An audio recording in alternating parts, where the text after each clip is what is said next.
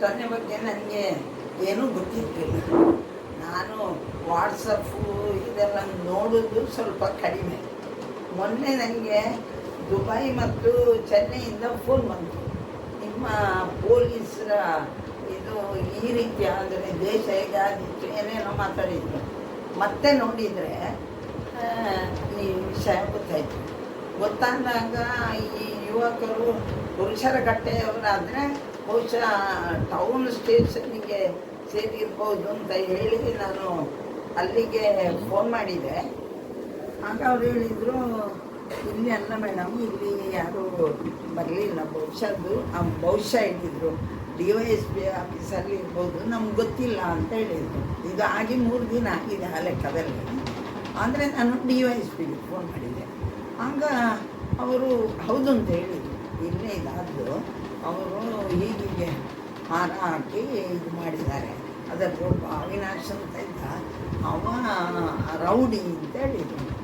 ನಾನಾಗ ಹೇಳಿದೆ, correct, rowdyism ಮಾಡಿದ್ದಕ್ಕೆ ಬೇಕಿದ್ರೆ ನೀವು ಹೀಗೆ ಮಾಡಿದರೆ ಕೇಳುವಾಗಿರಲಿಲ್ಲ. ಇದು ಖಾಲಿ ಬ್ಯಾನರಿಗೆ ಒಂದು ಚಪ್ಪಲಿ ಹಾರ ಹಾಕಿದ್ದಕ್ಕೆ ನೀವು ಹೀಗೆ ಮಾಡಿದ್ದು ನಾಚಿಗೆ ವಿಷಯ ಅಂತ ಹೇಳಿದೆ. ಇನ್ನೊಂದು ಚಪ್ಪಲಿ ಅದು ಹೇಳಿದೆ ನಾನು, ಚಪ್ಪಲಿ ಹಾರ ಹಾಕಿದ ತಕ್ಷಣ ಆ ವ್ಯಕ್ತಿ ಬರೇ ಚಿಕ್ಕವನೂ ಆಗುವುದಿಲ್ಲ, ಹಾರ ಹಾಕಿದ ತಕ್ಷಣ ಭಾರಿ ದೊಡ್ಡವನೂ ಆಗುವುದಿಲ್ಲ. ಯಾರಿಗೂ ಅವನಲ್ಲಿ ಆಗೋದಿಲ್ಲ, ಅವ ಚಪ್ಪಲಿ ಹಾರ ಹಾಕಿದ.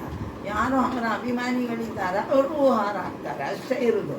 ಅದರಲ್ಲಿ ಮೇಲೆ ಹೋಗುವುದಿಲ್ಲ, ಕೆಳಗೂ ಹೋಗುವುದಿಲ್ಲ. ಆದರೆ ನೀವು ಯಾಕೆ ಇದನ್ನು ಹೀಗೆ ಮಾಡಿದ್ರಿ ಅಂತ ಕೇಳಿದೆ. ಆಗ ಅವ್ರು ಹೇಳಿದರು, ಅವ ರೌಡಿನೋ ಅವ ಅಲ್ಲಿ ರೌಡಿಸಮ್ ಮಾಡಿದ್ದ. ಅಲ್ಲ, ಅದು ಬೇಕಾಗಿತ್ತು, ನಿಮ್ಮ ಪೊಲೀಸರ ಕ್ರಮವೇ ಹಾಗೆ. ಹಾಗಿದ್ರೆ ರೌಡಿಸಮ್ ಮಾಡಿದಾಗ ಅವರನ್ನು ನೀವು ಮುಟ್ಟೋದಿಲ್ಲ, ಇನ್ಯಾವಾಗಲೂ ಸಿಕ್ಕಿದ್ದಕ್ಕೆ ಸೇರಿಸ್ಕೊಂಡು ಇದು ಮಾಡ್ತೀರಾ. ಈಗ ನೀವು ಹೀಗೆ ಮಾಡಿದಲ್ಲಿ ಕರ್ನಾಟಕದ ಇಡೀ ಪೊಲೀಸು ತಲೆ ತಗ್ಗಿಸುವ ಹಾಗೆ ಆಗಿದೆ. ಏನಂತ ಹೇಳಿದರೆ, ಖಾಲಿ ಒಂದು ಬ್ಯಾನರ್ನ ವಿಷಯದಲ್ಲಿ ಹೀಗೆ ಮಾಡಿದ್ದಾರೆ ಅಂತ. ಇನ್ನೊಂದು, ಇವರು ನೀವು ಹೀಗೆ ಮಾಡಿ ಸಾರ್ವಜನಿಕರು ಎದ್ದಾಗ ಇದಕ್ಕೆ ಬಲಿಯಾಗುವುದು ಸಾಮಾನ್ಯ ಒಬ್ಬ PC, SC ಅಥವಾ SI. ಅಂದರೆ ನೀವೆಲ್ಲ ತಪ್ಪಿಸಿಕೊಳ್ತೀರಿ. ನಿಜವಾಗಿಯೂ ನಿಮ್ಮ ಕಚೇರಿಯಲ್ಲಿ ಆಗಿದ್ದರೆ ಅದು ಕಾರಣ ಯಾವುದು?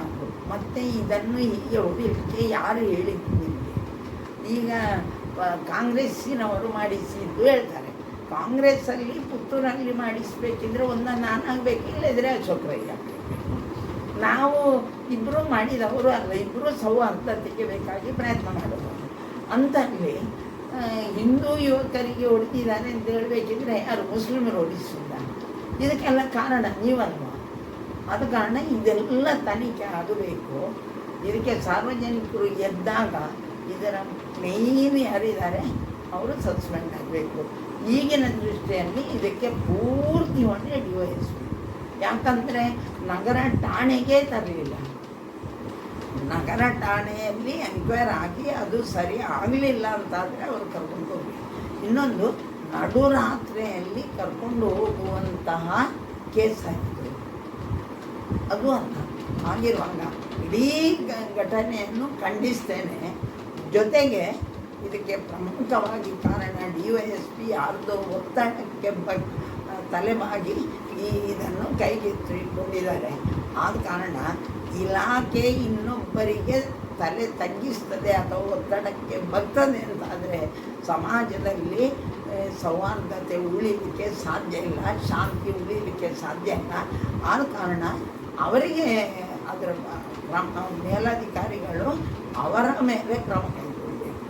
ಸಾಮಾನ್ಯ PC ಮೇಲೆ ನಾವು ಹೊಡಿಲಿಕ್ಕೆ ಹೇಳಿದಾಗ ಹೊಡಿಲೇಬೇಕು ಅಂತ ಇದರಲ್ಲಿ ಅದಕ್ಕೆ ಪೂರ್ಣ ಜವಾಬ್ದಾರರು ಅವರು. ಈ ಘಟನೆಯನ್ನೇ ನಾನು ಖಂಡಿಸ್ತೇನೆ. ತಪ್ಪು ಮಾಡಿದವನಿಗೆ ಶಿಕ್ಷೆ ಆಗಬೇಕು.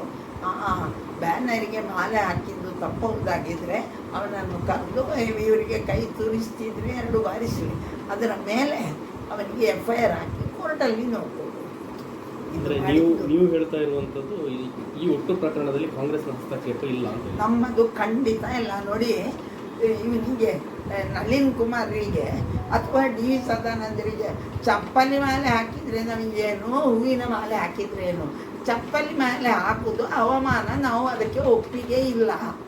ನೋಡಿ, ಡಿ ವಿ ಸದಾನಂದರು ಇವರಿಗೆ ಅಂತಲ್ಲ, ಯಾವುದೋ ಒಬ್ಬ ಸಾಮಾನ್ಯ ತಪ್ಪು ಮಾಡಿದವನಿಗೆ ಚಪ್ಪಲಿಯ ಹಾರ ಹಾಕೋದಕ್ಕೆ ನಮ್ಮ ಒಪ್ಪಿಗೆ ಖಂಡಿತ ಇಲ್ಲ, ಅದು ವಿರೋಧವೇ. ಆದರೆ ಅವರು ಹಾಕಿದರೆ ನಮಗೇನು, ಹಾಕದಿದ್ದರೆ ನಮಗೇನು. ನಮಗೆ ಅದರಲ್ಲಿ ಕಾಂಗ್ರೆಸ್ಗೆ ಯಾವುದೇ ಇದಿಲ್ಲ. ಯಾಕೆ ನಾವು ಹಾಕ್ತೇವೆ? ನಾವು ಗೆದ್ದಿದ್ದೇವೆ, ನಾವು ಗೆದ್ದಾಗಿದೆ. ನಮ್ಮ ಶಾಸಕರು ಬೆಂಗಳೂರಲ್ಲಿದ್ದಾರೆ, ಅವರು ಹೋಗುವಾಗಲೂ ಹೇಳಿದ್ದಾರೆ, ಯಾವುದೇ ಪ್ರಕರಣವನ್ನು ದೊಡ್ಡದು ಮಾಡಬೇಡಿ, ಸಮಾಜದ ಶಾಂತಿ ಕದಡಬೇಡಿ ಅಂತಲೇ ಹೇಳಿ ಪೊಲೀಸರಿಗೆ ಹೇಳಿದ್ದಾರೆ. ಅಂತಲ್ಲಿ ಇದು ಬಹುದೊಡ್ಡ ತಪ್ಪು. ಸರ್ಕಾರ ಬದಲಾವಣೆ ಆದ ಮೇಲೂ ಅದನ್ನು ಆಲೋಚನೆ ಮಾಡದೆ ಯಾರ್ದೋ ಒತ್ತಡಕ್ಕೆ ಮಾಡಿದ್ದು ಪೊಲೀಸ್ ಇಲಾಖೆ ಇದರಲ್ಲಿ 100ಕ್ಕೆ 100 ತಪ್ಪಿದೆ.